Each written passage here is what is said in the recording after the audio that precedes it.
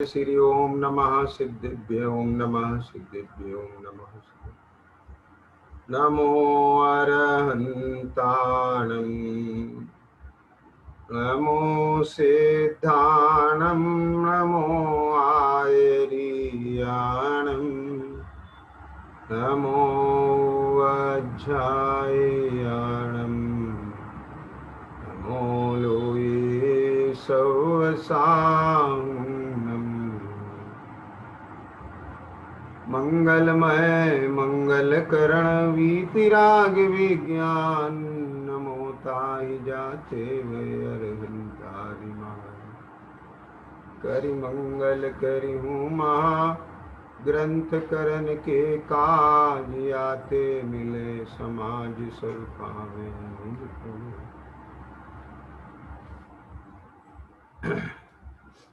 यह श्री मोक्ष मार्ग प्रकाशक जी शास्त्र विराजमान है और रहस्यपूर्ण चिट्ठी के आधार से अपनी चर्चा चल रही है। प्रश्न क्रमांक 346 पर कल अपन ने चर्चा की थी कि इस प्रकार अनुमान द्वारा वस्तु का निश्चय करके उसमें परिणाम मग्न करता है।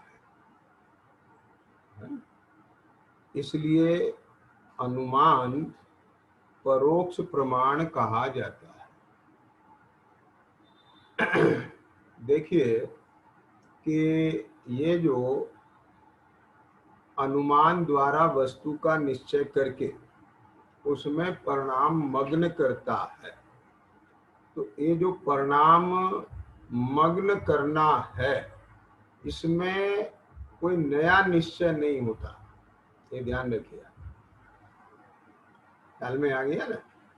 मतलब कहने का क्या है कि परिणाम मग्न जिसमें कर रहा है वो पहले से उसके ज्ञान में होना चाहिए, और अभी जो छद्मस्त के जानना है वह आगम अनुमान आदि द्वारा है।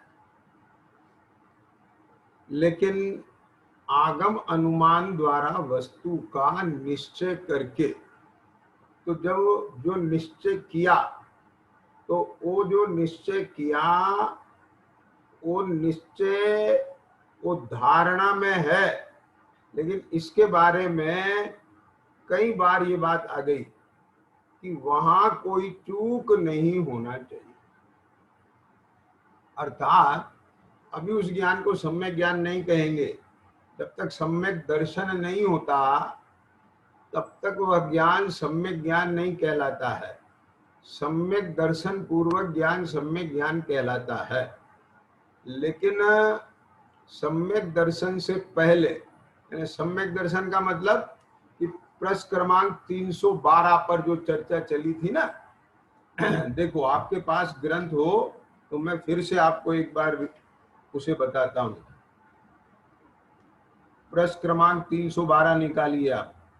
उसमें क्या चीज आई थी कि इसलिए जो विचार शक्ति सहित हो और जिसके रागादिक मंद हो वह जीव पुरुषार्थ से उपदेशादिक के निमित्त से तत्व निर्णयादि में उपयोग लगाए। प्रत्येक आत्मा उपयोग स्वरूप है, प्रत्येक आत्मा उपयोग स्वरूप है। लेकिन जितने भी संगी पंचेंद्रीय जीव हैं, जितने भी संगी पंचेंद्रीय जीव हैं, ख्याल में आया ना? तो वो जो संगी पंचेंद्रीय जीव हैं वे अपना उपयोग लगाएं। किस में लगाएं? कि रागादिक की मंदता होगी तो उपयोग लगाएगा, तीव्रता में उपयोग नहीं लग पाएगा। ये बात समझ लीजिए। तो पुरुषार्थ से उपदेशादिक के निमित्त से मतलब कि ये जीव को अनादिकाल से काम भोग की ही परिचय है, काम भोग की ही चर्चा सुनी है और इसका चित्त भी वहीं रमता है। आप देखो बहुत लोग क्योंकि ये भारत भूमि का एक अतिशय है कि यहाँ जन्म से ही, चाहे वो किसी भी जाति संप्रदाय का व्यक्ति हो, उसको जन्म से ही धर्म के प्रति आस्था होती है। ख्याल में आया ना? प्राय ये बात सर्वविदित है। तो अब धर्म के प्रति आस्था होती है, तो जहां भी, माने वो मैं अभी यहाँ नहीं ले रहा हूं कि वो धर्म का स्वरूप क्या है, धर्म की मान्यता क्या है, वो यहाँ नहीं ले रहा हूं। जो भी है, धर्म के नाम से थोड़ा बहुत उपयोग लगाते हैं, और नहीं भी लगाते हो तो कम से कम उसे अच्छा मानते हैं सभी लोग।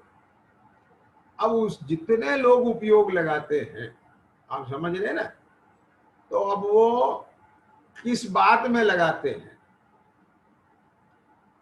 या तो वो जो भी धर्म के आयतन है, समझ गए ना, वहां जाते हैं, देखते हैं, है ना, मंदिर देखना हो, दर्शन करना हो, मूर्तियों को, देवी देवता भगवान जो भी जिसकी जैसी आस्था है, तो वहां या तो चक्षु इंद्रिय जन्य विषय होगा या फिर कर्ण जन्य होगा कि कोई धर्म कथा है, सत्संग है, मतलब इस तरह का, है ना, कोई वहां पर जो है कीर्तन हो रहा है, वो सब, तो उसमें लगाएंगे, ठीक है। लेकिन उसमें भी इसको जैसा जैसा सुहाता है, आंख को जहां भाता है, कान को जो राग इसको सुहाते हैं, ख्याल में आ गया ना, तो अब वो वहीं पर ही चित्त लगता है इसका, क्या कहा, वहीं वहीं चित्त लगता है। और अगर उससे अलग बदल जाए तो वहां से इसका मन नहीं लगता। अब मैं यहां देखता हूं कि जो भगवान सर्वज्ञ तीर्थंकर प्रभु जो फरमाते हैं, वस्तु का स्वरूप बताते हैं, वो वस्तु स्वरूप को जानने समझने में बहुत कम जीवों का उपयोग लगता है। अभी यहाँ पर आप भजन संध्या करा लो, कीर्तन करा लो, किसी कथा में आप किसी की कथा सुना दो, समझ गए क्या नहीं? तो इन सब में अब आपको ऐसा करना है, ऐसा नहीं करना है, मेरा मतलब समझ गया ना? किसी भूखे को भोजन कराओ, किसी के लिए इस प्रकार का परोपकार करो, सहयोग करो, ये इस तरह का अभ्यास है, बस मैं ये कहना चाहता हूं। तो इनमें, इस तरह की चीजों में प्राय हर जीव का उपयोग लग जाता है। तो यहां जो बात आई ना, वह जीव पुरुषार्थ से, तो ये पुरुषार्थ से के लिए मैंने इतनी बात कही है यहाँ पर, ये कोई हल्का नहीं है। हाँ, तत्व निर्णय आदि में उपयोग का लगना, क्या समझ में? देखो, आप लोगों को ध्यान हो तो अभी 2-4-5 दिन के अंदर ये चर्चा आई थी, एग्जैक्ट मुझे ख्याल में नहीं है, पर आई थी। ये क्या आई थी कि आगम से वस्तु स्वरूप सुन लिया, आगम से जानकर वस्तु स्वरूप पढ़ लिया, आगम से जानकर वस्तु स्वरूप पढ़ा दिया, ये एक बात अलग है, समझ में आया? यानी सुनकर पढ़ा अथवा पढ़कर सुनाया, है ना, क्या कहा, ये बात अलग है। लेकिन अब एकांत में बैठ करके उस पर विचारणा चले, तर्क अनुमान आदि द्वारा उस स्वरूप का निश्चय करे, उसका भाव भाषित होवे, उसका एक बिल्कुल दो टूक खाका, हाँ ऐसा ही है, एक ज्ञान में आए, तब परिणाम उसमें मग्न हो, तब काम बनेगा।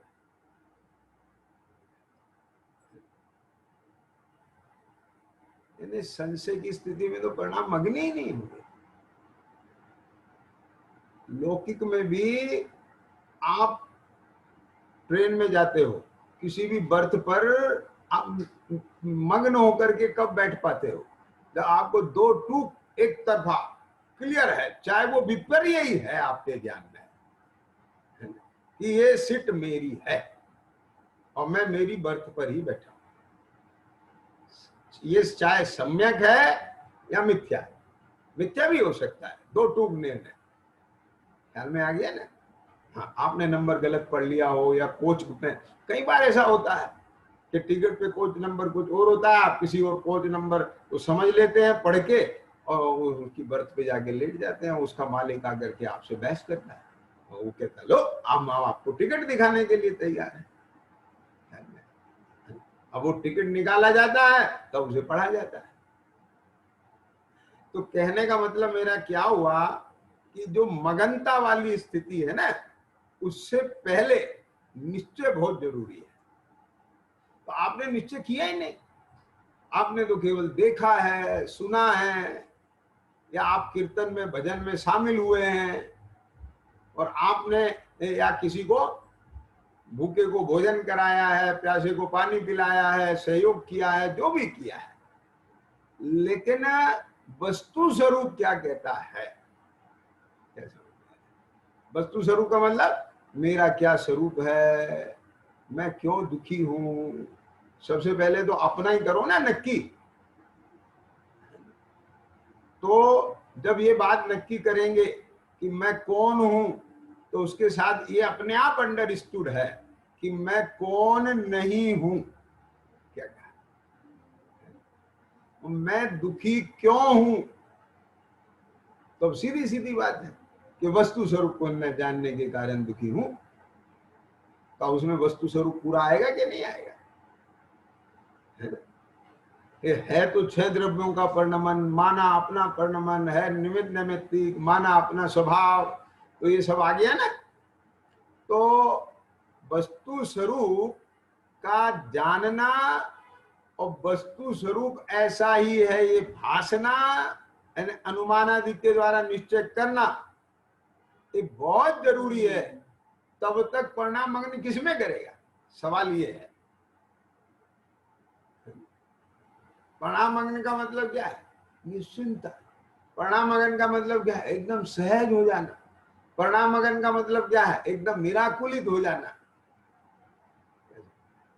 आप समझे? और फिर भी यदि आकुलता बनी रहे, अनिश्चितता बनी रहे, तो फिर ऐसे परिणामग्न का क्या मतलब? हमें अपने परिणाम आकुलता में मगन करने हैं क्या?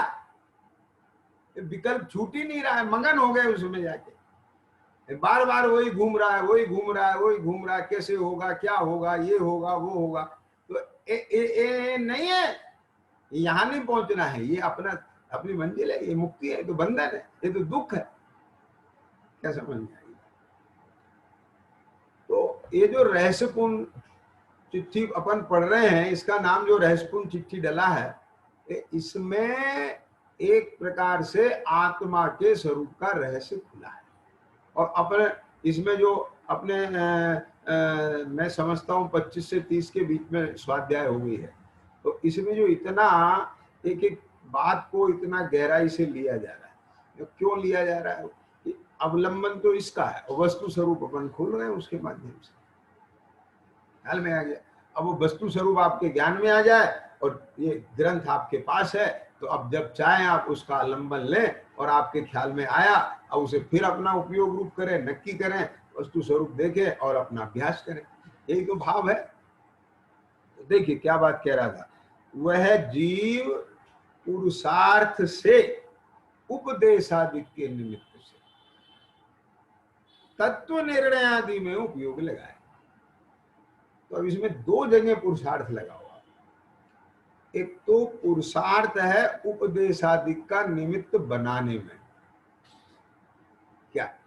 अब जैसे मान लो अपना स्वाध्याय चल रहा है, ठीक है, अब आपको छोटा मोटा कोई काम आ गया इस समय, है ना, तो आपको ऐसा लगा कोई बात नहीं, अपन तो YouTube पे सुन लेंगे।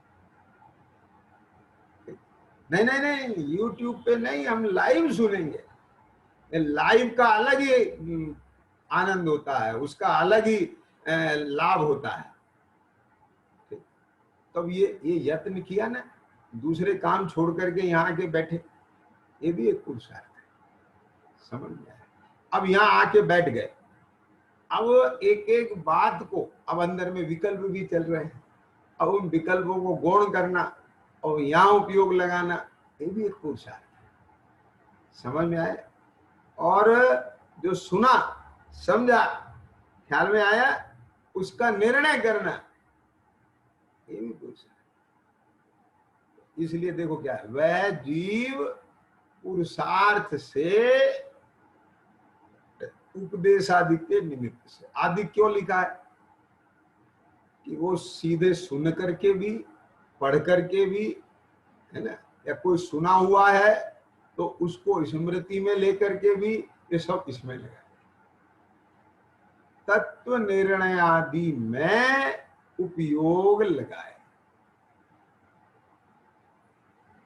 तो उसका उपयोग वहां लगे। अब यह तत्व निर्णय आदि क्यों लिखा है? पहले तत्व के बारे में जाने, फिर समझे, फिर भाषित हो, फिर वो नक्की हो कि हाँ ऐसा ही है, और फिर उसका यूज करे। हाँ, ये आदि में सब आएगा। अब आपने नक्की तो कर लिया, अब उस इस्तेमाल नहीं करके देखा। हाँ भाई साहब, आपका चूरन जो है ना, ये वाकई बहुत बढ़िया है, हमने सब समझ लिया है, इसमें ये चीजें डली हैं तो वाकई बहुत बढ़िया है, बिल्कुल पक्का। तो पेट में दर्द हो रहा है, आपको तकलीफ हो रही है, आप इस्तेमाल करो, और इस्तेमाल करा और उसका लाभ हुआ, ये सब इसमें आएगा। क्यों? ये आगे, ये आ गई बात, ये क्या है, उसका उपयोग वहां लगे तब उसका भला हो। क्योंकि मुझे ध्यान पड़ रहा है शायद, ये पहले भी बोला था, भला और इसका उल्टा होता है लाभ। भला, लाभ, यानी जीव का भला किसमें, कि उसका लाभ होए, उसे कोई प्राप्ति होए, तब तो उसका भला होता है। तो क्या प्राप्ति हुआ? तो उसे बोले राजगद्दी मिल गई, इसमें क्या भला है? क्या समझ आया ना? इसमें क्या भला है? ये क्यों कि ये तो अपन रोज पढ़ते हैं पाठ में, धन समाज गजबाज राज कछु काज न आवे, तो इसमें क्या भला है? ये तो सब छोड़ के चले गए, इसमें क्या भला है? बोले साहब चारों तरफ दुनिया में बहुत प्रसिद्धि मिल गई, इसमें क्या भला है? ऐसे ऐसे लोग जिन्हें अपने युग में बहुत प्रसिद्धि मिली है, आज उन्हें कोई जानता नहीं है। आज तुम्हें प्रसिद्धि मिल रही है, कल तुम्हें कोई जानेगा भी नहीं। तो प्रसिद्धि मिल रही है तो तुम्हें क्या मिल रहा है? विचार करना कि वो जो प्रसिद्धि का मतलब क्या है, एक से दूसरे को, दूसरे से तीसरे को, हजारों लाखों लोगों में तुम्हारा नाम फैल रहा है, तो उससे तुम्हें क्या मिल रहा है? जितने लोगों में नाम फैल रहा है उन्हें मिल रहा है, उन्हें जानकारी मिल रही है। समझ में? इसे क्या मिल रहा है? इसे भी मिल रहा है। क्या मिल रहा है? कि नाम का मान मिल रहा है। क्या कहा? समझ गया ना? नाम,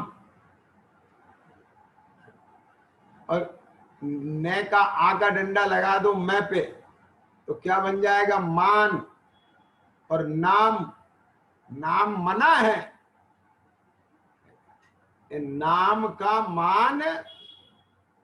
अब मना, मना में भी वही अक्षर, इस पे नहीं जाना, ये तो वैसे ही मैं बोल दिया, अभी ख्याल में आया, कोई तुकबंदी वाली बात नहीं है। हम मूल मुद्दे की बात है कि नाम का मान मना है, उससे मुझे कोई हासिल नहीं होने वाला, मतलब वो उससे मेरी कोई भलाई नहीं होने वाली, उससे मुझे कोई लाभ नहीं होने वाला है। और सीधी बात, एक जितने समय मैं उस नाम के मान को भोगूंगा तो उतना समय का क्षयोपशम मैंने विकार को भोगने में लगाया ना, पराई चीज को भोगने में लगाया ना। क्या कहा, उतने समय मैं अपने क्षयोपशम को अपने स्वरूप को भोगने में लगाऊं तो एक तो विकार का लोष नहीं हो और उधर से शुद्धि की वृद्धि हो, वो प्रॉफिट हो। तो इतना बड़ा प्रॉफिट छोड़ के अपन उसमें लगे, ये क्या मतलब है? ये कोई हित का मार्ग नहीं, जीव का भला इनमें नहीं। जीव का भला ध्यान से सुन लो कि जीव का भला अपने स्वरूप को पहचानने में और अपने स्वरूप रूप रहने में है, बस। क्या बोले, समझ में आया? किसमें है जीव का भला? अपना स्वरूप जानने मानने में, श्रद्धा ज्ञान में, और अपने स्वरूप रूप आचरण में, चारित्र में। तो आ गया ना, रत्नात्रय आ गया ना। तो बस सम्यक रत्नात्रय रूप परिणमित होने में ही जीव का भला है, बस खत्म। समझ में आई बात है? तो क्या कह रहे हैं यहां पर देखो, तो वहां उपयोग लगे तब उसका भला हो, समझिए। और यदि इस अवसर में भी तत्व निर्णय का पुरुषार्थ ना करे और प्रमाद से काल गमाए, तो क्या कहाँ है प्रमाद? उसका जो अनुत्साह है वो अपने स्वरूप निर्णय के प्रति है। तो क्या करेगा वो? या तो मंद रागादि सहित विषय कषायों के कार्य में प्रवृत्ता है या व्यवहार धर्म कार्यों में प्रवृत्ता है। आगे ना देखो, अभी मैं बता रहा था ना, ये वहां चले जाएंगे, ये कर लेंगे, सुन लेंगे, सुना देंगे, पढ़ लेंगे, कीर्तन कर लेंगे, भजन कर लेंगे, पाठ कर लेंगे, है ना, ये सब व्यवहार धर्म कार्य, पूजा कर लेंगे, कोई भी अनुष्ठान में लग जाएंगे, ये सब व्यवहार धर्म कार्य। तो अवसर तो चला जाएगा और संसार में ही भ्रमण होगा। ख्याल में आ गई बात? क्या बात समझ में आ गई?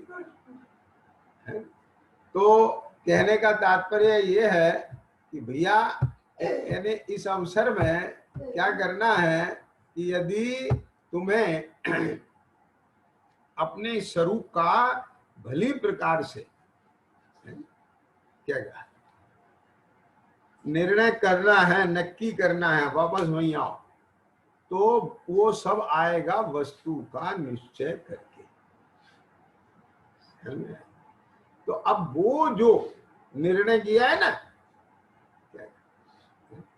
ए आए, तो उसका उपयोग वहां लगे तब भला होगा। अब क्या भला होगा उसका? कि ये उपयोग लगाने का अभ्यास लगाए रखेगा तो विशुद्धता बढ़ेगी। उसी में नीचे 312 पेज पे उसके विशुद्धता बढ़ेगी, उससे कर्मों की शक्ति हीन होगी, कुछ काल में अपने आप दर्शन मोह का उपशम होगा, तब तत्वों की यथावत प्रतीति आएगी। अब आगे तो अब ये जो तत्व निर्णय में उपयोग लगाया है ना, तो अब वो उसके सविकल्प रूप से तत्व निर्णय में आ गई सारी बात पूरी। अब विशुद्धता बढ़ रही है उसको, ऐसा स्वरूप पूरी कुछ अपूर्व, आज मैंने परम पदार्थ, यानी उसमें डूबने के बाद तो वो चीज है ही, लेकिन ये निर्णय में आने पर, भाषने पर भी ये अपूर्वता आती है, बहुत अद्भुत। अरे ये तो पारलौकिक चीज है, ये तो जन्म मरण के अभाव की चीज है। ये तो सर्वोत्कृष्ट चीज है।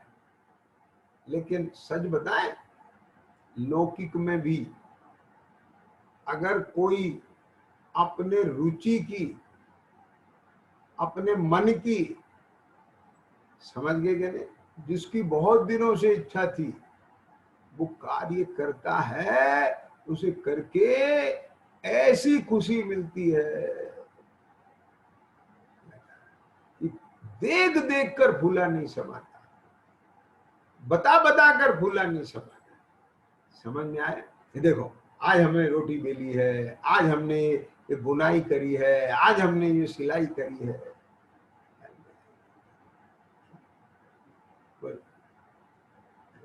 कोई भी पहली दफे कोई काम करता है तो उसे कितनी खुशी।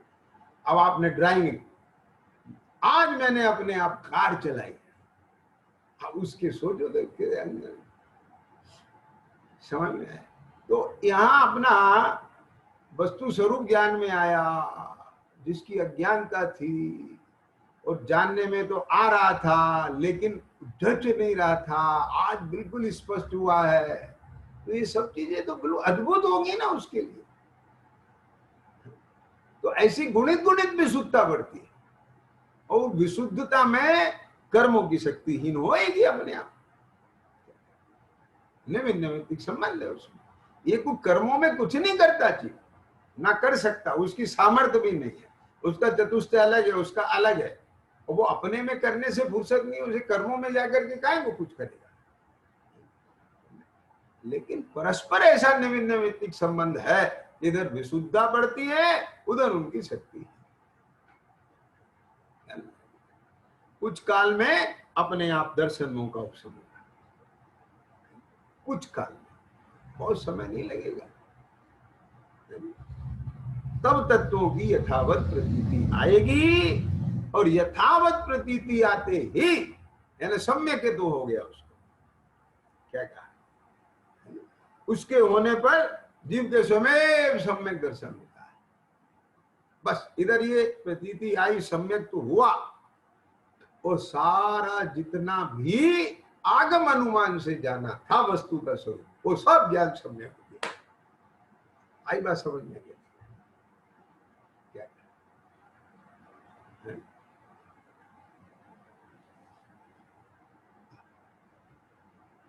समझे? मतलब ऐसा नहीं है कि ये जो परिणाम मग्न होते हैं, इसमें परिणाम मग्न होने पर वस्तु स्वरूप का कोई नए प्रकार से जानना होगा। तो बोले नहीं नहीं, अब जो कमी रह गई है वो तो यहाँ हो जाएगी, ऐसा नहीं। तो पूरा दो टूक निर्णय होगा और कोई शंका नहीं, जच रहा है आगम, पूरा आगम का पहले तो आशय ख्याल में आए सही। ये क्यों? देखो, 7वें अधिकार में पंडित जी ने जो निश्चयाभाषी की चर्चा की है, व्यवहाराभाषी की चर्चा की, उभयाभाषी की चर्चा की है ना, और इसी प्रकार के अनेक दोष हो सकते हैं, ख्याल में आया ना? क्यों भैया वो किसे होते हैं? आगम पढ़ने वालों को कि आगम नहीं पढ़ने वालों को होते हैं? प्रारंभ में लिख के चले ना पंडित जी। अब जो जीव जैन हैं, जिन आज्ञा को मानते हैं, अब जिन आज्ञा को मानते हैं तो वैसी मान लेंगे जिन आज्ञा को। आगम पढ़ेंगे ना, लेकिन पढ़ने में जहां जैसा भी विवक्षा है, आशय है, वो नहीं पकड़ पाए। बस देखो, मैं अभी आगे तो आएगी, अब जब बात आई है तो मैं आपको पढ़वा देता हूं, आपके पास ग्रंथ है तो 347 पेज पे आओ, देखो क्या लिखा है यहाँ ऊपर वाले पहरे की सेकंड लास्ट लाइन। कथन तो अनेक प्रकार से है, मिल गया? कथन तो अनेक प्रकार से हैं, कहां? दिनागम में। वह सर्व आगम अध्यात्म शास्त्रों से जैसे विरोध ना हो, विवक्षा भेद से कथन जानना। ये बहुत इंपॉर्टेंट पॉइंट है, ख्याल में आया कि नहीं आया? ये आशय अगर तुमने सही पकड़ लिया देखो ध्यान से सुनना, पहली बात व्यक्ति प्रमाणित हो, समझे ना? आपके चित्त में यह है कि व्यक्ति में हमारे में किसी के लिए भी कोई, समझ गए, कोई दुर्भावना नहीं है, कोई नफरत की भावना नहीं है, किसी के लिए अहित नहीं है, और फिर भी उसकी कोई बात आपको अच्छी नहीं लग रही है, तो सीधी बात है आप वहां उसका आशय नहीं समझ रहे। यदि आशय सही समझो तो आपको ऐसा नहीं लगेगा, क्योंकि वो व्यक्ति ऐसा नहीं है। तो आगम अध्यात्म शास्त्रों में बीतरागी है ना, क्या कहा, देव गुरु धर्म का जो पहले ही ये ब्रांड दिखा दिया, क्या कहा, ए अस्य मूल ग्रंथ कर्तारा सर्वज्ञ देवा, तदुत्तर ग्रंथ कर्तारा प्रतिगणधर देवा, तेसाम वचनानुसार। अब उनने भी अपने मन से नहीं, तेसाम वचनानुसार श्रीमद आचार्य कुंद कुंद देव विरचितम, क्या श्रोतारा सावधानतया श्रवण, इसके मूल ग्रंथ करता है कौन, सर्वज्ञ देव, पूर्ण बीतरागी सर्वज्ञ। गणधर देव 4 ज्ञान के धारी हैं, उनकी पर्यायगत योग्यता इतनी है कि सर्वज्ञ देव केवल भगवान की तीर्थंकर देव की दिव्य ध्वनि है, उसको पूरा हृदयंगम कर, और उनके द्वारा उनके वचनों के अनुसार उसी परंपरा से ये ग्रंथ लिखा गया है। पंडित टोडरमल जी ने भी तो लिखा है ना पहले अधिकार में स्पष्ट, मैंने इसमें कुछ नहीं किया, मैंने ये ग्रंथ बनाने का भाव इसलिए किया, मुझे कोई अपना नाम नहीं करना। अभी वर्तमान में समझ गए कि नहीं बात, कि वर्तमान में बहुत जीव ऐसे दिखाई देते हैं कि जो संस्कृत प्राकृत, जिनके व्याकरण का बहुत अभ्यास नहीं है, तो वो बात को नहीं समझ पाते हैं। तो इसलिए समझिए ना, आचार्य भगवंतों का जो मंतव्य है, उनके जो सुख का मुक्ति का मार्ग है, वो और जीवों तक पहुंच जाए, इसके लिए मैं ये सब कहता हूं। और मैंने सब आगम परमागम सब ग्रंथों में से ही ये फूल चुन चुन करके ये माला गुथी है, मेरा इसमें कुछ नहीं। तो समझ गए ना? तो अब यहां पर क्या है कि आशय, बात किसकी चल रही थी, आशय। तो आशय सही समझना, तो आगम का सेवन में वही सेवन कहलाएगा कि जहां आपने सही आशय पकड़ा। शास्त्र तभी शास्त्र है जब आपने सही आशय पकड़ा, और आशय चूक कर गया तो आपने वो शास्त्र आपके लिए क्या बन गया, शस्त्र बन गया, क्योंकि आपने नुकसान कर लिया अपना। वो जीव निश्चयवासी हो गया, संतुष्ट हो गया, अब उसको कोई जिज्ञासा ही नहीं रह गई कि मैं तो सही हूं, और है निश्चयवासी मिथ्या दृष्टि, है व्यवहारावासी मिथ्या दृष्टि, है उबियावासी मिथ्या दृष्टि, और अपने को वो संतुष्ट है उसमें, तो वो उसका भला कैसे होगा भैया? तो यहाँ तो यही बात कही है कि भला होना चाहिए, और भला कब होगा, जब आशय सही पकड़ेगा। आशय सही नहीं पकड़ा है तो भला कभी होगा ही नहीं। वो मानता रहे भले में अपने आप में, समझ गए ना? एक हो तृण काल में परमारथ नो पर। और श्रीमद राजचंद्र जी साहब ने तो यहाँ तक लिखा है, मुझे इस बात से कोई सरोकार नहीं है, तो किसी भी भगवान को मानता हो, किसी भी पंथ को मानता हो, कुछ भी हो, बस जैसे भी तेरे मोह राग द्वेष का भाव होता हो वही सच्चा। क्यों ऐसी बात कह रहे हो? हाँ, क्योंकि मोह राग द्वेष का अभाव हर उपाय से नहीं हो सकता, वह सम्यक उपाय से ही होगा, बस खत्म हो गया। हम नाम में और गांव में क्यों फंसे?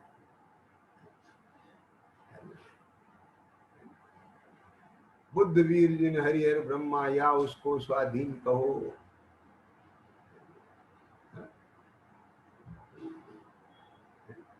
और सहजानंद जी साहब ने भी आत्म कीर्तन में इस तरह की बात लिखी है ना, क्या कहा, विष्णु बुद्ध हरि जिसके नाम। कहने का तात्पर्य मेरा इतना है कि हमें उन सब में नहीं उलझना है, अपना तो मूल मुद्दे की बात है। इस प्रकार अनुमान द्वारा वस्तु का निश्चय करके, इस पर मैं बहुत ज्यादा इसलिए कह रहा हूं कि इसमें चूक रह जाती है, और हम वस्तु के किसी भी एक अंग को पकड़ करके, समझ गए क्या नहीं, बस उसे पूर्ण वस्तु समझ लेते हैं और बस उसमें हमें रस आने लग जाता है, लेकिन उससे प्रयोजन सिद्ध नहीं। ध्यान देना, जब तक अशुद्धता मिटकर परिणति में शुद्धता नहीं आती, अशुद्धता मिट नहीं रही है, अशुद्धता बराबर है, तो वो समझ लो कि तुम्हारा मार्ग अभी बना नहीं। भाई साहब अभी ध्यान से सुनना कि अविरत सम्यक दृष्टि भी है, अभी वो असंयमी है, समझ, लेकिन उसको भी मिथ्या संबंधी अशुद्धता तो चली गई कि नहीं चली। अब उसको अनंतानुबंधी क्रोध आदि के जैसे भाव तो नहीं होते, कषाय तो नहीं होती ना, तो ये इतनी शुद्धता तो आई है ना। क्या, तो मतलब कहने का मेरा ये है कि ऐसा है नहीं, क्या, ये कुछ ना कुछ ना हुआ हो और वो एक्चुअल होना चाहिए, उसे लग रहा है कि हाँ मेरा बहुत कुछ हो गया है। बहुत सारे ऐसे रोग होते हैं, होते हुए रोग हैं, और लगता है कि मैं देखो कितना तंदुरुस्त हो गया हूं, कितना स्वास्थ्य बढ़ गया है मेरा, वो सब भ्रम है। तो इस प्रकार अनुमान द्वारा वस्तु का निश्चय करके उसमें परिणाम मग्न करता है।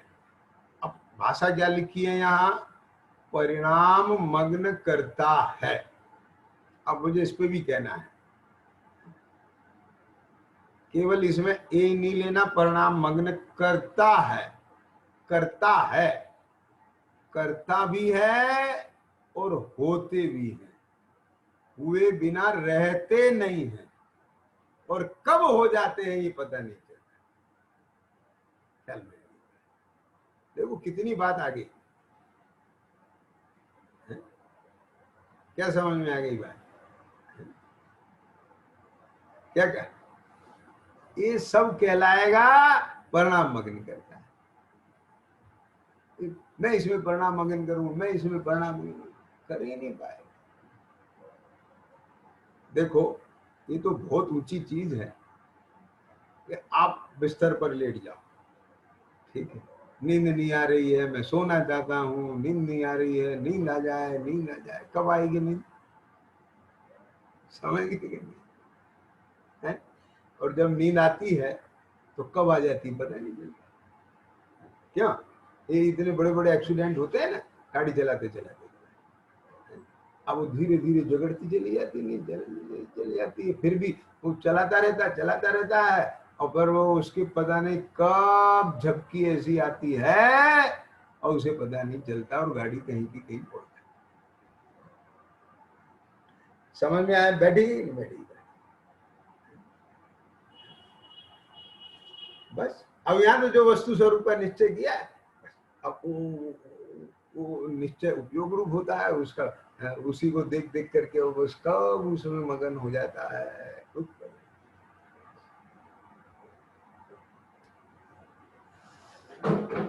मुझे मगन करना है, मुझे वतीन्द्रिय आनंद आएगा, अभी तो आया ही नहीं है, अभी तो वो आएगा।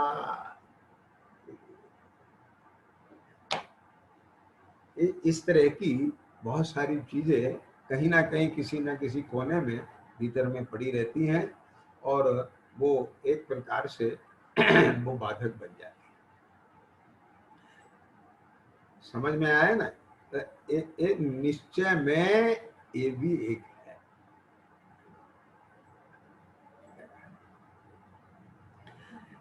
इस प्रकार अनुमान द्वारा वस्तु का निश्चय करके उसमें परिणाम मग्न करता है, मग्न करता है, ये भाषा है, क्योंकि उसमें बुद्धि पूर्वक वो उसी काम के लिए बैठा है।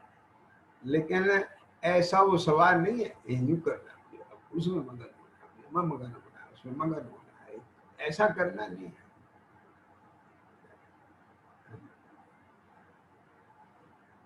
वो तो एक बात बताओ, अभी मैंने क्या कहा था? परिणाम मगन करता है, परिणाम मग्न होते हैं, हुए बिना रहते नहीं, और कब मगन हो जाते हैं पता नहीं। क्यों क्यों नहीं पता चलता?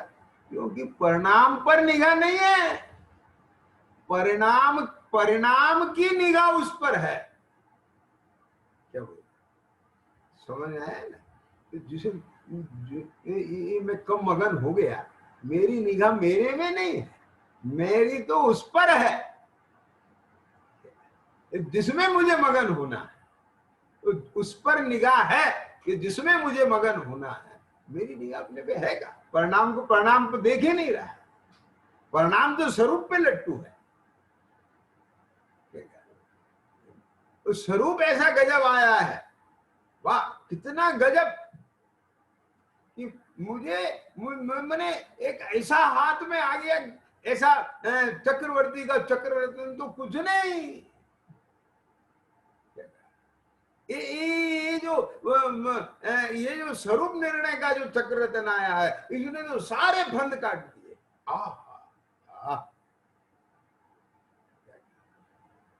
ये मुझे एक तिनके के दो करने की जरूरत है, एक द्रव किसी भी द्रव को बढ़वाने की जरूरत है। ओहो, मुझे ना हटना है ना हटाना है, कुछ नहीं करना है। ऐसा गजब गजब बोल बता। वो निमित्त खड़ा रहेगा, कर्म पड़ा रहेगा, नहीं पड़ा रहने, तू उससे जुड़ मत, है तू उसे देखी मत, तू स्वयं विकार रूप परिणमित होगा तब निमित्त करता है। अब वो भी निमित्त रूप करता है, क्योंकि इधर नैमित्तिक भाव हुआ है। तू ही तेरे विकार का करता है। क्यों? यदि तू उसमें जुड़ता नहीं तो ये होता नहीं, तो तेरे जुड़ने से हुआ है, उसके करने से थोड़े हुआ है।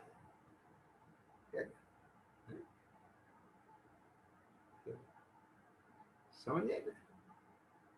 वाह, कैसे ऐसे मंत्र हाथ में आते हैं, ऐसा तो बोलो, उसे देखे, यानी बीन सुने और सांप ना लहराए, ऐसा कैसे हो सकता? और ढोलक की थाप बजे और नृत्यकार के पैर में हलचल ना हो, ऐसा कैसे हो सकता? तो स्वरूप ज्ञान का गे बने और उसकी सन्मुखता एकाग्रता हो और भाव भाषण होने लग जाए, तो यानी जो अभी तक कसाय का भाषण चल रहा था, स्वाद आ रहा था, तो उसकी जगह अब स्वाद आने लगेगा उसका। और समझ लो क्योंकि यहाँ तो मुंह में कुल्ला करना पड़ता है, वहां तो एक ही समय की पर्याय, मुंह में कुल्ला उल्ला नहीं करना, वो तो वह हो गया। अब नई पर्याय में वो आए ही नहीं, समय में बैठ रही कि नहीं बैठ रही? ऐसे ही कब उसका भाव भाषण स्वाद हट जाता है, कब इसका स्वाद चालू हो जाता है और कब इसमें डूब जाता है, ये सब तुम्हारा तो बुद्धि पूर्वक एक ही काम है, बस ख्याल में आ गया। इसी का नाम है परिणाम मग्न करता। इसलिए अनुमान परोक्ष प्रमाण कहा जाता है। किसको? कि ए जो अनुभव होता है इसको। आगे देखो, अथवा, है ना, अब बहुत स्पष्ट हो गया। नहीं तो अपन इसी में बहुत और भी जितना गहराई बनाएंगे नया नया निकलेगा, ऐसी कोई बात नहीं, अथा है। पर अब आप अपने आप स्वयं करिए इस पे मंथन, क्योंकि आगे भी बहुत आने वाला है, आगे भी चलना है ना। इशारा मिल ही गया। तो आगे देखो क्या कहते हैं, है ना। इस प्रकार अनुमान द्वारा वस्तु का निश्चय करके उसमें परिणाम मग्न करता है ना? अब शब्द भाषा तो यही रहेगी, करता है क्या। इसलिए अनुमान परोक्ष प्रमाण कहा जाता है। इसलिए अनुमान परोक्ष प्रमाण कहा जाता है, क्योंकि ये जो जानना हुआ है ना, ये परोक्ष प्रमाण। अथवा आगम अनुमानादिक के द्वारा, अथवा आगम अनुमानादिक द्वारा जो वस्तु जानने में आई। वस्तु, वस्तु स्वरूप, ये सब एक ही बात है। क्यों? वस्तु और वस्तु स्वरूप अलग नहीं है। वस्तु का स्वरूप ही वस्तु है, और वस्तु बिना स्वरूप के होती नहीं है। मैं आत्मा, तो काहे से? मेरा कोई स्वरूप है ना, उसी से तो मैं आत्मा हूं ना। एक ज्ञान गुण है, हाँ, उसका स्वरूप है ना। केवल जानना उसका स्वरूप नहीं है। वो जानने पर जिसे जाना, उस रूप ना होना और ज्ञान रूप रहना, ये भी तो स्वरूप में आएगा क्या? नहीं आएगा। अब समझे, अकेला जानना जानना ही स्वरूप है ना। स्फटिक का यही स्वरूप है कि वो लाल रंग के डाक के निमित्त से लाल हो जाती है, नीले से नीली हो जाती है, यही स्वरूप है? नहीं। लाल डाक के निमित्त से लाल होना तो उसका स्वरूप है ही, लेकिन लाल हो जाए ऐसा नहीं है। तो क्या है कि लाल रंग का डाक मिले और लाल ना हो तो स्फटिक नहीं, और लाल ही हो जाए तो स्फटिक। एक स्वरूप जिसका हो उसे स्फटिक कहते हैं। आई समझ में कि नहीं आई? तो चैतन्य का स्वरूप क्या है कि जो जो उसके देखने जानने के सन्मुख आए उसे वैसा देखे जाने, लेकिन उस रूप ना हो जाए। तो ये स्वरूप जो है वो वस्तु का धर्म है। तो यहाँ क्या कहते हैं कि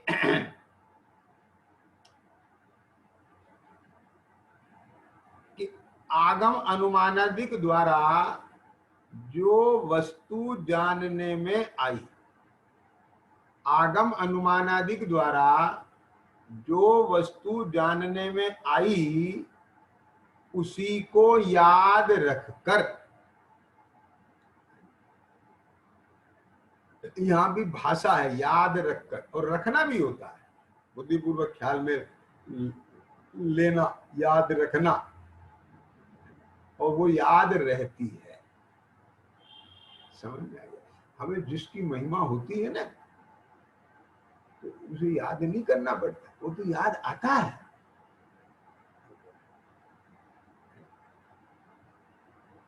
समझ में आ गया? उसका ध्यान नहीं करना पड़ता, तो ध्यान रहता है। तो इसमें जैसे वो अपन ने बात की थी ना, परिणाम मगन करता है, ऐसे यहां भी कि उसको याद रखकर याद रखना भी है, याद रहता भी है, और कब याद आ जाती है और कब याद हो जाती है, ये सब इसके अंदर है। बस ऐसा ही स्वरूप समझना चाहिए। तो उसी को याद रखकर उसमें परिणाम मग्न करता है, इसलिए स्मृति कही जाती है। अब इसमें भी बात समझिए। देखो, अपन ने पूर्व में वस्तु स्वरूप नक्की किया। अब वो तो धारणा में है, धारणा ज्ञान ही ऐसा होता है, ठीक है ना। तो अब वो धारणा में है, नक्की है, निश्चय है, भूलेगा नहीं उसे। तो अब वो जो जाना है, ऊपर आया था ना दूसरी लाइन में कि जैनागम में जैसा आत्मा का स्वरूप कहा है उसे वैसा जानकर।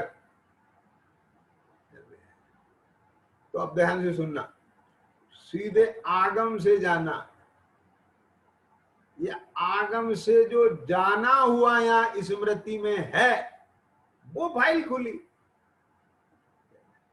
बात तो वही है। तो जो यहाँ फाइल खुली है वो कोई तेरा प्रोडक्शन नहीं है, उस फाइल में भी वही सेव है कि जो तेने फर्स्ट टाइम आगम से जाना था। आगम अनुमानादि द्वारा जो निश्चय हुआ था वो यहाँ फीड है, वो सेव है यहाँ, उसे स्मृति कहते हैं। तो क्या कहा कि उसी को याद रखकर उसमें परिणाम मगन करता है। ऐसे नहीं परिणाम मगन होते हैं, वो जो स्मृति का मतलब क्या है कि वो फाइल खुलना, वो उपयोग रूप होना। अब जब वो उपयोग रूप होती है तो फिर वही स्थिति आ जाती है जो अभी ऊपर चल रहा है। अनुमान द्वारा वस्तु का निश्चय करके उसमें परिणाम मगन करता है। देखो, ये लाइन आपने सुनी है ना, भोगे जो भोग पहले उनका न हो वे सुमिरन। बस अब ज्यादा नहीं, इतना ही बताना है मुझे। उसमें ये लाइन आती है क्या, भोगे जो भोग पहले उनका न हो वे सुमिरन। मतलब क्या है कि वो स्मृति का विषय ना बने। ये क्यों? यदि जो पूर्व के भोगे हुए भोग हैं वो स्मरण में आ गए और मेरे परिणाम उसमें मगन हो गए तो क्या होगा? सुनना, एक ख्याल में आना एक अलग बात है और उसमें मगन हो जाना ये अलग बात है। मगन होना का मतलब है तद्रूप होना। देखो, कभी कभी आपके स्मृति में बात आती है ना क्या कि मुझे बहुत गुस्सा आया था, अथवा सामने वाले ने मेरे साथ बहुत अन्याय किया था, इतना क्लेश किया था, इतना कलह किया था, ऐसा ऐसा किया था और मेरे भाव बहुत बिगड़े थे। ये याद आया, ये ज्ञान में आया, वो चित्रण पूरा का पूरा, लेकिन परिणाम मगन नहीं हुए। मालूम, वो सिर्फ एक तरह से वो ख्याल में आके रह जाएगा। जब परिणाम मगन हो गए तो वही कसाय की उदीरना हो जाएगी, फिर से परिणाम बिगड़ जाएंगे, ऐसे तिल मिला जाओगे। बात पकड़ में आई कि नहीं आई? अब वो किसी भी कसाय में ले लो, चाहे वो रति हो, अरति हो, वेद कसाय का हो, कोई भी हो, हास्य हो, क्रोध हो, मान हो, मतलब परिणाम मगन हुए और आपके समझ लो वर्तमान पर्याय में फिर से वो कसाय हो गए। बात समझे ना? तो ऐसे यहां जो वस्तु स्वरूप यहां है, क्या कहा, वो जो वस्तु जानने में आई है, उस स्वरूप जो के ज्ञान में है, और उसकी जो श्रद्धा विश्वास प्रतीति की ऐसा ही है, वो प्रतीति सम्यक दर्शन है। और यदि वो नहीं है तो वो ज्ञान सम्यक ज्ञान नहीं है। तो वो जो यहां पर है सेट आपको, तो वो जो वस्तु जानने में आई थी, जिसमें परिणाम मगन हुए थे और जिसमें आपको यथावत प्रतीति आई थी और दर्शन मोह का उपशम हुआ था और संकित हुआ था, और फिर सविकल्प दशा में आया था, लेकिन वो प्रतीति फिर बनी रही थी और उस प्रतीति के बने रहने से सम्यक तो पूरा बना रहा, और वापस फिर सविकल्प से निर्विकल्प होने का यही विधान है कि जो वस्तु स्वरूप जानने में आया और वो जो अनुभूति का विषय बना, वो यहां है, तो वो याद है, वो सत्ता में है। अब वो फिर उपयोग रूप हुआ, तो मानो ऐसा उपयोग हुआ, वो पूर्व में जाना था, वो पर्याय तो चली गई, ये कौन सी मगनता वाली, ख्याल में आया? जब पूर्व में मगन हुए थे, अनुभव हुआ था, वो तो पर्याय गई, लेकिन ध्यान से सुना, एक तो उस अनुभव का याद आना, ज्ञान में आना, और एक जो वो अनुभव याद नहीं है करना है, ये तो आपको है। ये देखो, ये भी आपको कहीं पढ़ने में आएगा, जो पहले अनुभव आया था, स्वाद आया था, उसको पुनः पुनः याद करता है। और इस शैली का प्रयोग आचार्यों ने भी किया है। हे मुनि, तू अपने वह परिणाम याद कर जो तेरे दीक्षा लेने के समय हुए थे। मतलब क्या है उसका?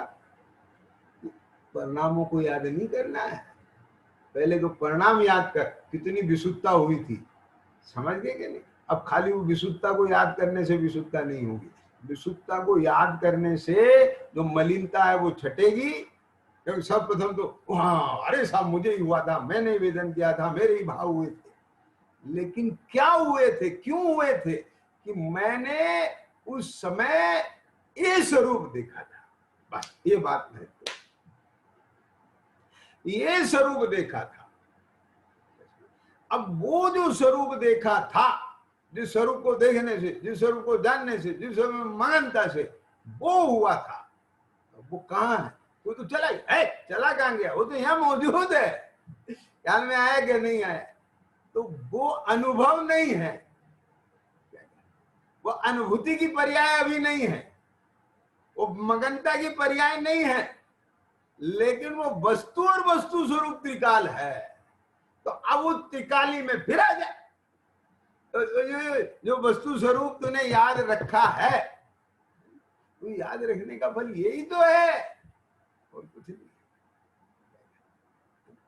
याद काम नहीं करेगी, हाँ, याद तो ये रखना है क्या कि वो आम का वृक्ष है फलानी जगह और उस पर ऐसे आम लगते हैं। केवल इतने याद से काम नहीं चलेगा, हाँ, वो वृक्ष है, उस पर सदैव आम लगते हैं, वो ऐसा वृक्ष है, असाधारण वृक्ष है, उसमें तो आम के मौसम पे आम लगते हैं, लेकिन ये ऐसा वृक्ष है इसमें सदैव आम लगते हैं। समझ में आया ना? तो इसलिए वो स्थान, वो वृक्ष, उसकी पहचान, वो सब याद रहना चाहिए। अब वो जो याद है, तो उसके बल से वो पुनः वहां जाए, उस वृक्ष के पास पहचान ले उसे, और फिर उधर आम ले आए, खत्म हो गई। तो यहां वस्तु स्वरूप याद है, तो याद अकेला काम नहीं करेगा और बिना याद के काम नहीं होगा। तो ये जो स्मृति ज्ञान है, एक काम कर रहा है, लेकिन ये स्मृति ज्ञान में जो वस्तु स्वरूप है वो वस्तु स्वरूप फिर उपयोग रूप हो और परिणाम उसमें मगन हो, तब काम करना। आई बात समझ में? तो यहाँ क्या कहते हैं है ना, उसी को याद रख के उसमें परिणाम मग्न करता है, इसलिए स्मृति कही जाती। अपने को जो आनंद आया था, अब इसमें कई लोग ऐसा उनको विकल्प हो जाता है कि क्या मेरे पास आती है चर्चाएं, समझ में आया ना, मेरे पास चर्चाएं आती हैं कि साहब क्या है कि क्या करें, है ना, वो पहले जो जैसा अनुभव हुआ, आनंद आया, अब बहुत कोशिश करते हैं वैसा आनंद नहीं। मैं कहता हूं भैया, क्या कि तुम आनंद को देखते हो इसलिए वैसा आनंद नहीं। तो सब वो तो हमें याद है उस समय का आनंद, खाली उस समय का आनंद याद है, इतना ही याद है ना। लेकिन जिस समय वो आनंद आया था उस समय आपने, मैं उदाहरण रूप में ले रहा हूं कि भगवान को किस भाव से देखा था, वो भाव याद नहीं है। भगवान के कौन से स्वरूप को देखा था, वो स्वरूप याद नहीं है। अरे आनंद याद नहीं, स्वरूप याद रहना चाहिए। वस्तु जो जानने में आई थी उसकी याद चाहिए। अब ये वस्तु से ज्यादा वो आनंद को याद करता है।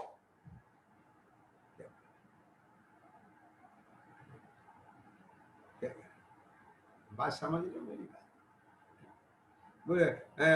हम जब भाई साहब के पास गए थे ना, तो हमने बहुत, अब इस बार गए तो क्यों भाई साहब, आप जब पहली बार आए थे तो किस भावना से आए थे, कितने विनय से आए थे, कितने समर्पण से आए थे, किस विशुद्धता से आए थे, ये सब क्या है, हम भाई साहब कौन देने वाले हैं, ख्याल में आ गया कि नहीं? तुम्हें वो तो याद है, लेकिन कैसे परिणाम सहित आए थे और क्या दिख रहा था, कोई किसी को कुछ नहीं देता है। ये त्रिकाली ध्रुव कुछ नहीं देता है, एक पर्याय उससे लेती है। तो त्रिकाली ध्रुव तो अभी भी है। मंदिर के भगवान बीतरागी सर्वज्ञ तो सबके लिए है ना, लेकिन सब जितने भी वहां जाते हैं वे सब अपने अपने भाव के अनुसार, अपने अपनी निगाह के अनुसार, दृष्टि के अनुसार वहां से आश्रम बंद करके आते, संबर निर्जरा करके आते। कोई देने लेने वाला नहीं है, समझ में आएगा। तो ये बात मैं क्यों कहना चाह रहा हूं यहाँ पर, एक बहुत महत्वपूर्ण बात है कि यहाँ क्या कि आगम अनुमानादि के द्वारा, क्या बोला, आगम अनुमानादि के द्वारा जो वस्तु जानने में आई उसी को याद रखकर, क्या बता है, आप समझ गए ना। अब इसने वस्तु को तो भुला दिया, बस उसे वो आनंद याद है कि साहब हमको वो सुख चाहिए।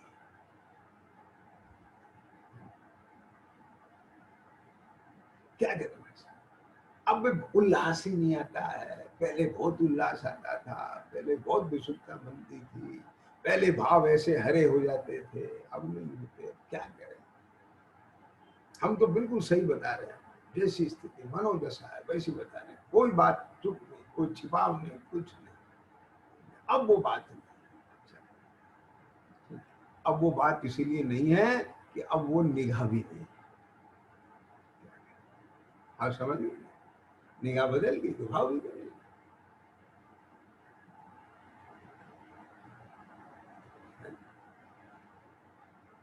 यानी जो वस्तु जानने में आई थी आगम अनुमानादि के द्वारा, उसको याद रख। उसको याद रख, अब फिर उसे याद कर। क्यों? क्योंकि विचार है वो उपयोग के अधीन है। अभी उसके बाद तेरा जो उपयोग है वो सब इधर उधर दुनिया में लग गया। ख्याल में आया ना? तब उसके विचार हैं तो उसमें तेरे परिणाम लगे हैं। अब तू वापस तो वो जो वस्तु स्वरूप है उसे वो निकाल। अब समझ, अब ये मत सोच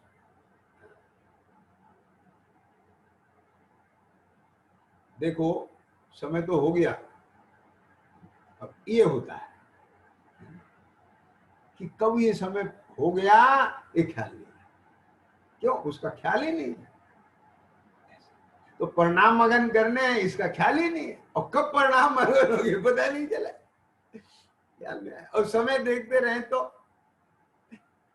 परिणाम मगन नहीं होंगे, और जब परिणाम मगन हो जाएंगे तो समय नहीं दिखेंगे। आप समझ गए ना? ऐसे आप तो एक जगह लगे रहो बस, सरो सरो सरो हो रहे बात। और देखो उनसे परिणाम मगन हो रहे कि नहीं हो रहे, आनंद आ रहा है कि नहीं, ये सब कुछ। मैं इसी संदर्भ में एक बात कह के पूरी कर रहा हूं अभी, क्योंकि है ना बहुत सारे लोग ये कहते हैं कि विद्यार्थी को सुख कहाँ और सुखार्थी को विद्या। और ये संस्कृत में भी सूत्र है, बात समझ गए है, वो विवक्षा सही है अपनी जगह।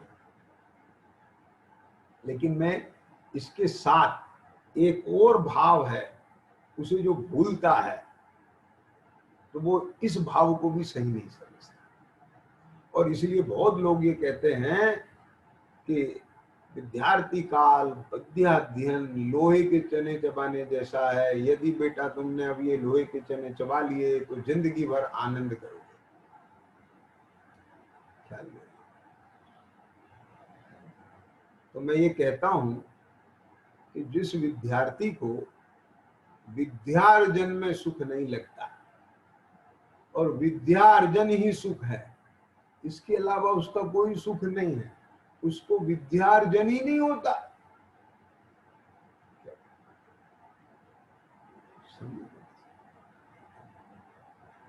कि सेवा से मेवा मिलती है, लेकिन कौन सी मेवा? कि ये जो सेवा के भाव हैं यही मेवा है, और कोई दूसरी मेवा नहीं मिलेगी। बात समझ ले जरा, बहुत मार्मिक है। रिद्धिधारी मुनियों का आहार होता है, वहां पंचाश्चर्य होते हैं। अरे जिन्हें उस पंचाश्चर्य का आश्चर्य नहीं होता, रत्नात्रय स्वरूप और रत्नात्रय धारियों का आश्चर्य होता है, उन्हें उन पंचाश्चर्यों का आश्चर्य नहीं होता। वे मुनीश्वरों से उनका चित्त नहीं हटता, वो ये नहीं देखते कि हाँ क्या रतन बरस रहे हैं।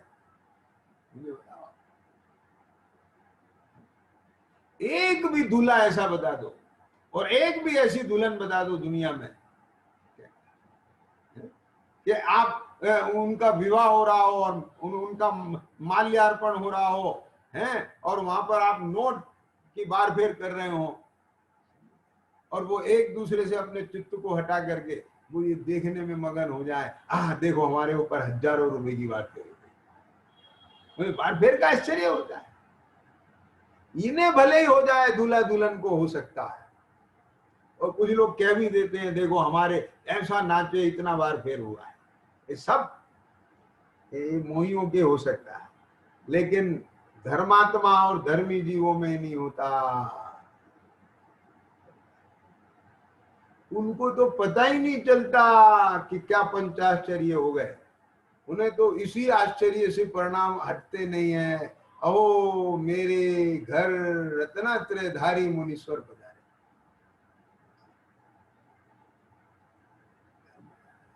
वो अपना स्वाद बिगाड़ना नहीं चाहता है, वो कहीं नहीं उपयोग ले जाता है, किसी को देखता नहीं है, उसे कुछ दिखता भी नहीं। विद्यार्थी को एक एक लेसन पढ़ने में, एक एक लाइन पढ़ने में, एक एक कंसेप्ट उसे क्लियर होता है, ऐसा सुख उपजता है, ऐसा रसास्वादन होता है तो दुख होता है उसे। अरे दुखी पढ़ पाएगा, और पढ़ने में तुझे दुख लगता हो।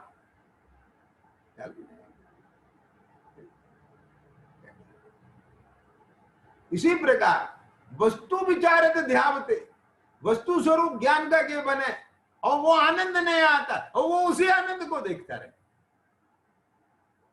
और उससे कंपैरिजन करता है कि आज वो आनंद है कि नहीं, आज वो आनंद है कि नहीं। अरे वो आनंद देखना है तुझे, नया आनंद आया है, तो नए आनंद का क्या कर रहा है, तिरस्कार कर रहा है।